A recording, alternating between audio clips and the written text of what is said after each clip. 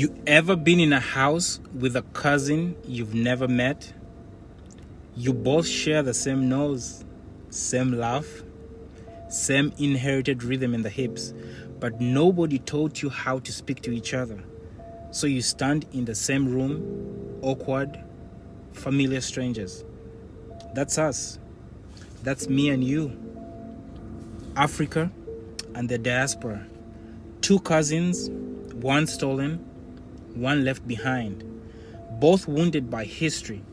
Both walking around like we're the only ones who made it out alive. You see, nobody taught us about each other. The curriculum intentionally skipped that part. The news intentionally skips that part. Even some of our elders intentionally skip that part. So the diaspora grew up thinking Africa was barefoot and begging, and Africa grew up thinking the diaspora was rich, soft, and lost. And now, here we are, meeting on TikTok like long-lost relatives in a bus station, trying to catch up after 400 years and 400 lies. So let's start by telling the truth. The diaspora got identity issues. We've had to survive in countries that want our rhythm, but not our rights. We've learned to perform blackness in ways that felt palatable, digestible. And that's not self-hate, that's survival. And Africa? Africa's got pride, the kind that's necessary when the world calls you third world, while stealing your first.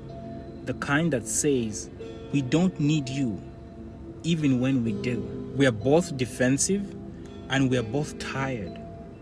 We are both trying to prove something. Africa says, you abandoned us. And the diaspora says, you forgot about us. Nobody wins when nobody listens. And here's the plot twist.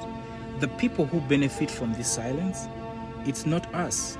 Because while we bicker over whose pain was worse, they're buying our pots, they're copying our music, and they're selling our culture back to us with a markup and a mission statement. Here's the part they don't want to teach us. Africa is not waiting to be saved, and the diaspora is not a lost cause. We both have work to do. I repeat, we both have work to do. Africa needs systems. The diaspora needs healing. Africa has land, and the diaspora has capital. Africa has the future, and the diaspora has receipts. So maybe the question isn't who's more authentic. Maybe the question is, what could happen if we stopped measuring wounds and started building bridges with our scars? So, before I go, we're not here to debate who's blacker. We're here to remind each other that we're all still black.